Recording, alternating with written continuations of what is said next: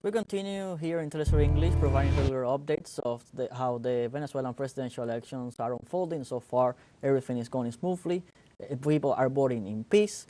We're now going to go live to Caracas with Argentine sociologist and political scientist Atilio Boron joining us live from our Caracas studios. Welcome, Atilio. Welcome to From the South. Hello. Thank you for the invitation. It is our pleasure, as always, to have you with us in our channel. Atilio, very quickly, let's start going into a summary of what has been happening so far in Venezuela during this electoral day. What are your opinions? What are your takes? You are there. What have you seen so far?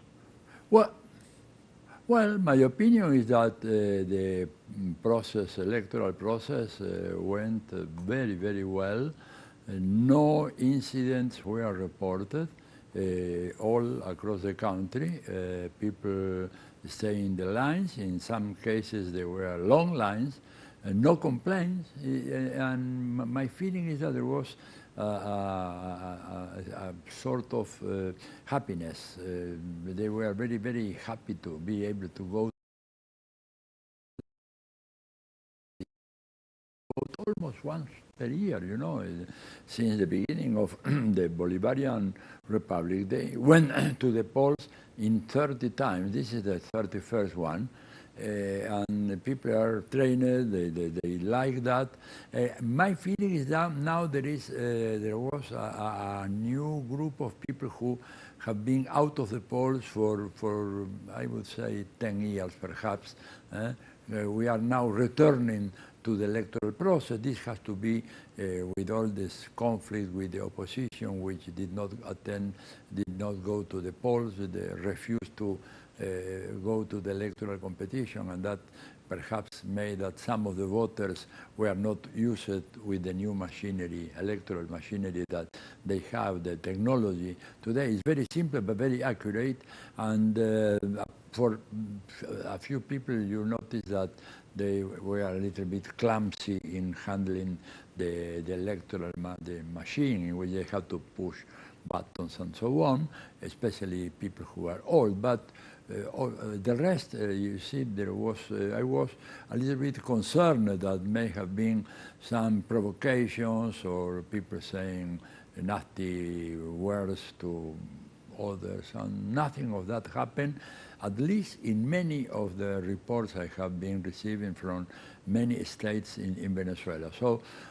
So far, it's an outstanding electoral day. As you are saying, it's an outstanding electoral day. What is the message that the Venezuelan people are sending to the world in the face of all the attempts of destabilizations and discrediting of the electoral system that Venezuela has suffered in these past days and months as we were heading to the election day? Yes, I see that the people are a little bit upset about that, you know, because apparently there is only one big news in the world, is the Venezuelan election, with all these accusations that the elections were rigged and they were not fair. Apparently nothing else happened in the world. If I was looking before coming here to the south, to the teleSUR, you know, looking at the front pages and the main pages of the papers in Latin America and Spain, and this is the news. It is incredible because we have a war in Ukraine, we have a situation, a dramatic genocide going on in Gaza, and apparently the only important thing in the world is the election in Venezuela, which are supposed to be fraudulent election, rigged election, in which the government has manipulated all this electoral system to ensure the victory of the victory of President Maduro. Leaving aside opinions like those issued by the Carter Center. You know, Carter Center is a very important NGO devoted to the study of the electoral processes worldwide, in which they say that the electoral system in Venezuela is perhaps one of the most accurate, reliable, and transparent in the world. And this was also, well, let me put this clearly in the mouth of former President James Carter, who said that the Venezuelan system, he said that a few years ago, is more reliable and transparent than the American system. So nobody is considering or looking at the electoral process in America as something very, very complicated and unreliable. We know what happened in the last presidential election, and even today, you know that the majority of Republican voters think that they were stolen and that Mr. Trump was the winner of the election. And this means that the electoral system in America, in the United States, is of a much lower quality than the electoral system here in Venezuela. However, nobody is talking about that in the press, and the problem is that there is going to be a fraud in Venezuela, and if the extreme right does not win the election, is because there was something wrong, something fraudulent, which made possible this outcome. And they are saying that they are going to take over the streets if the announcement is that the outcome is in favor of the government. I am not sure they're going to go so far on that. My feeling is that there is a very fragile connection between a hardline leadership, especially Mrs. Corina Machado, and the rank-and-file voter, which does not want to have the guarimbas again in Venezuela as they have in 2014 and 2017. Doctor, what is you were talking about electoral systems like in the US. What is it, because we have been hearing, as you have been saying, that it is one of the best in the world. What is it, in your opinion, that makes it stand out? What is that makes the electoral system in Venezuela so safe and transparent for the people to be able to trust the electoral system of the country? Well, it's a system in which there are many instances of verification, you see. To begin with, you have to go with your ID, which is a document which is very different from the driver license, for instance, that you use in the United States. You need to go with your ID, then there is a biometric try in which you go with an electronic device. You have to put your finger there to make sure that nobody is going to vote more than once, right? And then you go to a special machine in which all the candidates and all the parties are there.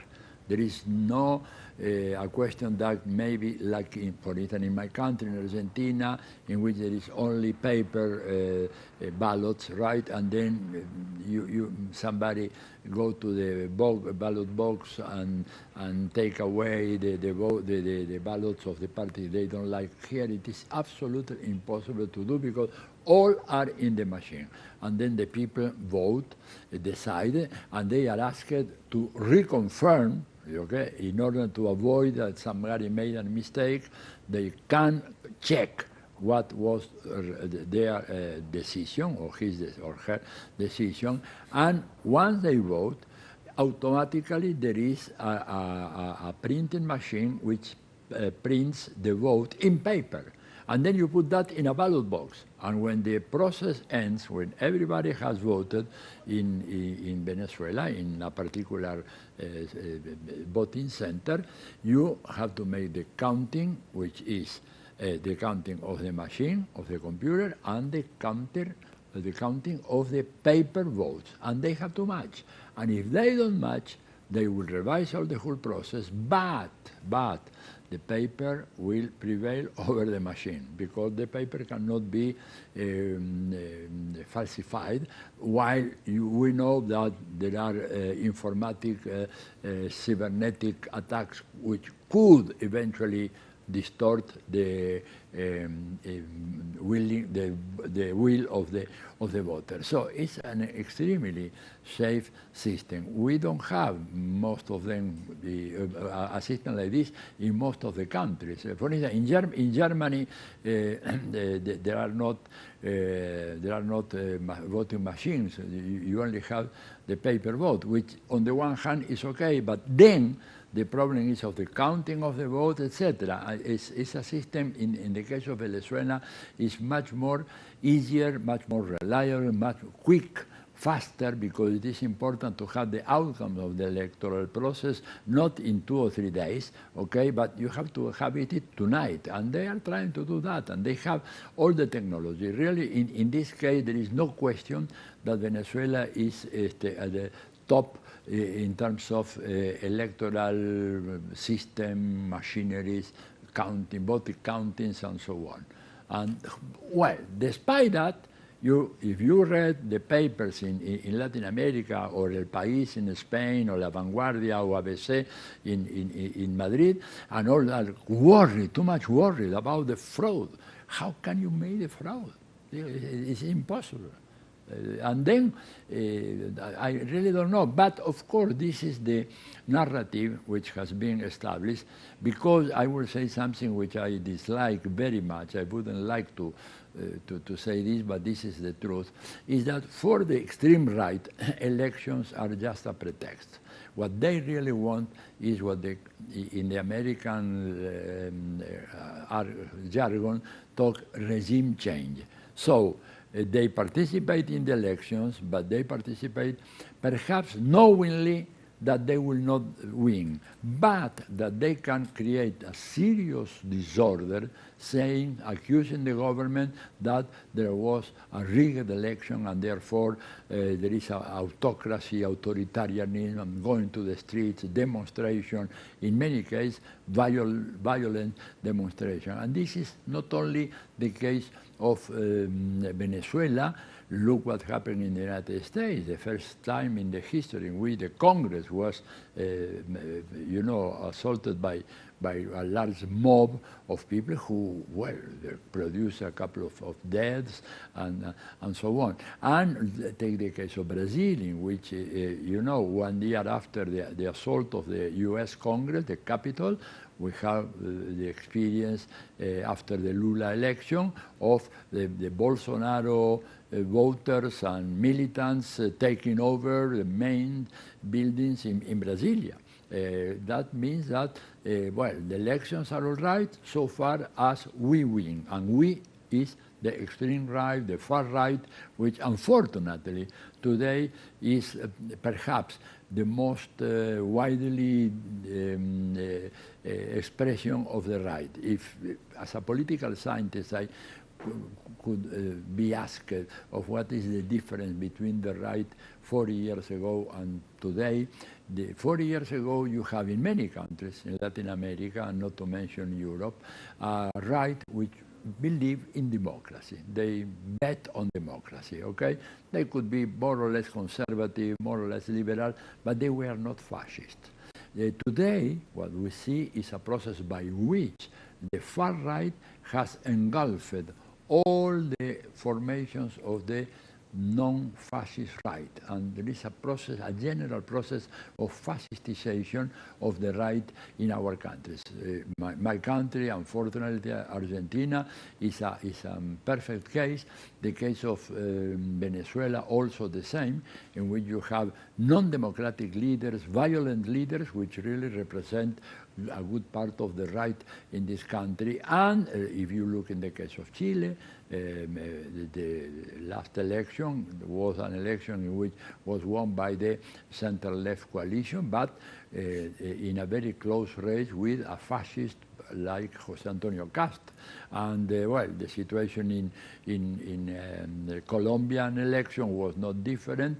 The main exception is a brilliant exception, is the case of Mexico, in which there was no room for the development so far up to now, at least, of a far-right political party. And that is good news for Latin America. We have a political system in Mexico in which there is a right, but the right is still abiding to the democratic rules of the game.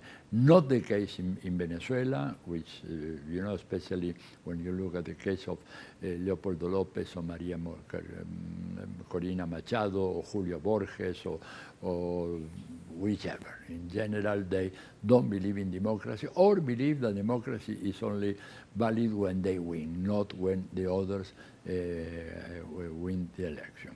And that's the situation today. And in few hours, we are going to have a clear, definitive response to all these elaborations on the electoral day here in Venezuela. Doctor, one very quick question before finishing this important interview. What is, in your opinion, what is the impact that these elections will have for the region and for the international arena? Well, very important, because Venezuela is a country which is extremely important. I am not flattering my Venezuelan friends. I am just making a geopolitical statement. Venezuela is a major reserve of oil in the world. Is a great deposits of gold and all kind of minerals, water, whatever. It's a country enormously endowed with natural resources of all sorts. In addition, is very close to the United States. This is something which is not a minor question. Just think that a tanker, an oil tanker coming from Saudi Arabia takes approximately 40 days of very difficult navigation to reach Houston, in which they have to go and transfer the oil. It takes only 4 days going from Venezuela to Houston. For the U.S., then Venezuela is extremely important in a moment in which there is this race to the natural resources, because people who before did not go to get oil or copper or lithium or whatever, or there are especially two big countries like China and India.